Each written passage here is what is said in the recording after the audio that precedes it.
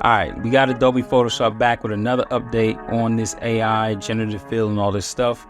This is the best update yet, so let's talk about it. So first things first, when they drop these different updates, you have to go to Photoshop Beta to get it, so you can't get it in regular Photoshop. So once you're inside the Creative Cloud, you're just gonna go down here to Apps, and then you're gonna go over to Beta.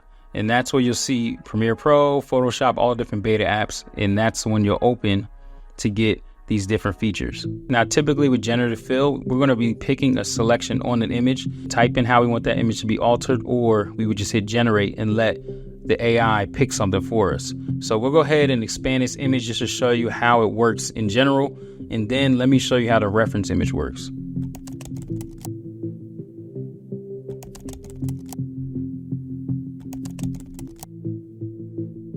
All right, so there we go. We have a new image where it's kind of expanded now. You can scroll through these or just redo them. I think I like this one. If I wanted to change the shirt, I would just go over this shirt with maybe like a lasso tool.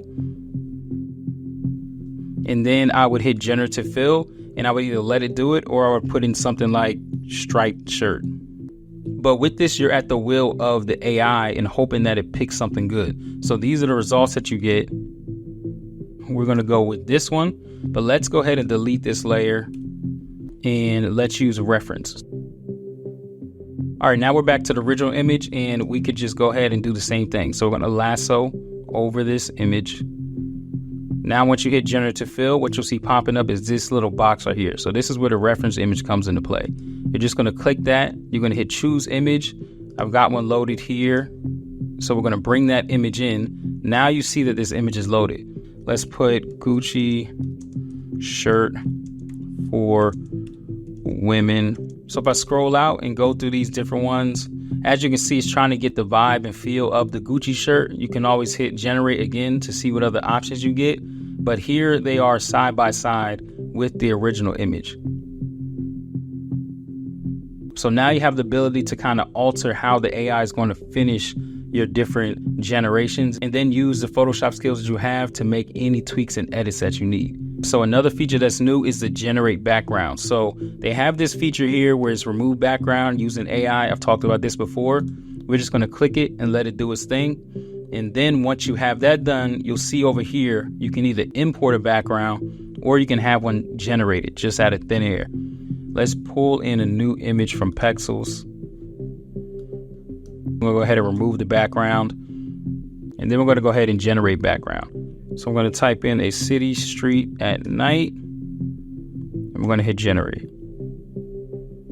And just like that, we have 3 new images, which are actually looking pretty good. I'm going to go probably with image 1. But as you see, now you're actually able to generate these different backgrounds and have a little bit more input. I think this feature will be really dope for photographers. It's going to help when it comes to how to elevate the different work that you're doing. And while I got this image open, we might as well go to the next feature, which is adjustment brushes. So usually adjustments, you'll go over to your image and you can do them from this panel over here and kind of change stuff around to do whatever you want. And obviously you can also do that through the menu, but now we're doing it with the brushes. So we're just going to go over here to the brushes, hold that down, and we'll go to adjustment brush tool. And the difference with this is now you have this bar up here, so you're gonna be able to go through these different modes and let's say curves or invert or posterize. So I'll go with curves for right now, right? So what you're gonna do is you're just gonna paint on top of this.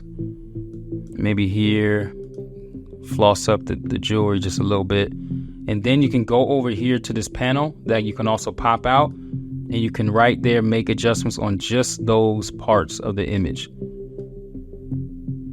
Now this is looking kind of wild, so what I'll do is I'll just hit Command Z and Command Z. This is just your starting point, so you can just go to reset and you can start from there. But it already has those brushes loaded, so now you can start to add in what you want to do to this image just to like brighten different areas and stuff like that. And you can continue to do this over and over. We can go right here, make the brush size a little bit bigger, and then I can go and paint again, reset that, and we can start to play around with this as well.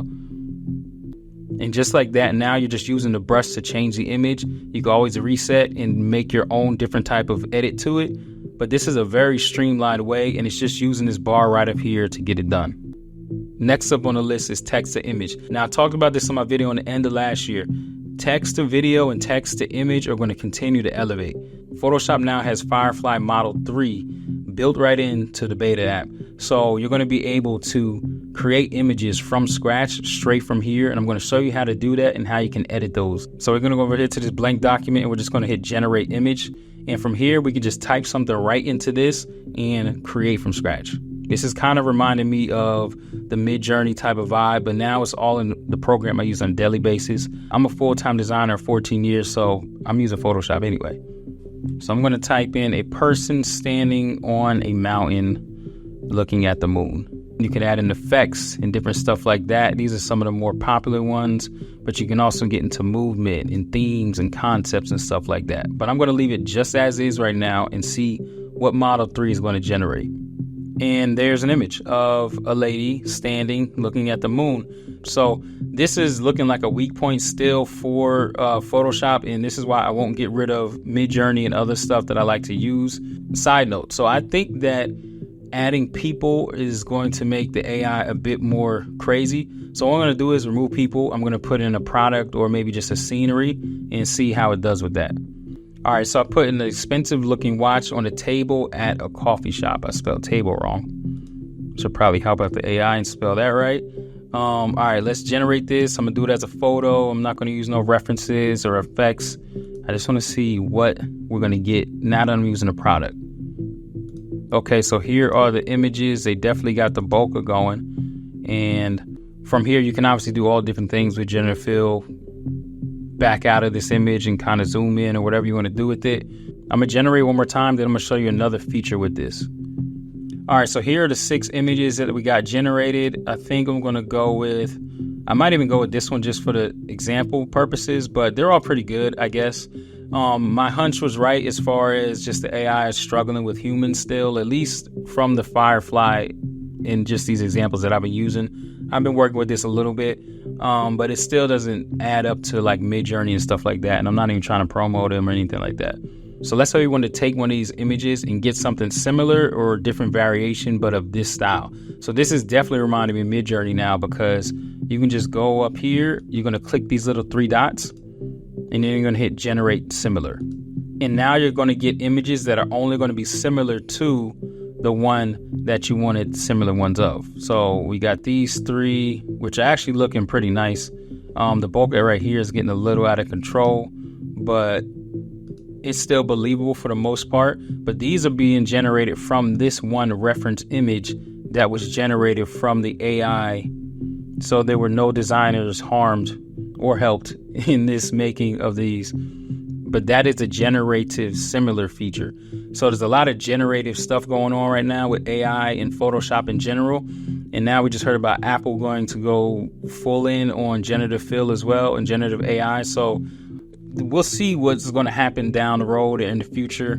It's definitely going to be here. As a full-time designer, as I was saying before, I'm just trying to keep you guys updated on these different things. And some of these stuff I'm not adding to my workflow. So like the generative fill when it comes to humans and Model 3, I'm not going to rock with that. But as far as the other stuff, when it comes to products or just getting reference images and stuff like that, I will start to add this stuff to my workflow. Since generative fill has come out, I've used it almost every day. So I do use it on a daily basis. And it is something that's going to help you with you trying to be more efficient as a designer. Some of these things are going to take time, but as with all things, we have to stay up on trend, because if you don't, you kind of fall behind. You already know the deal. I'm going to continue to do more videos like this. I have some other information as far as courses and just other free content. I'm going to help you guys understand how to be a creative in 2024 and beyond, because it has changed. I've been doing this since 2010-ish, and I'm watching the death of the designer as is and the birth of the designer as it's going to become in the future, and really now. I'm getting hired now as a generative fill or an AI assistant or an AI designer, because these companies are trying to figure out how to use these things. If we know how to use them, we continue to add to our repertoire and our leverage continues to stay high. So that's why I'm talking about this stuff. I still like to just sketch, and I still like to do all my random regular stuff as a designer, but it is what it is. We're here now. Make sure you like, comment, subscribe, all that good stuff. I got another video coming out in a few. Trying to stay busy, but I'm also trying to make sure I'm not too busy for this channel and keep this as my focus. See you guys in a few.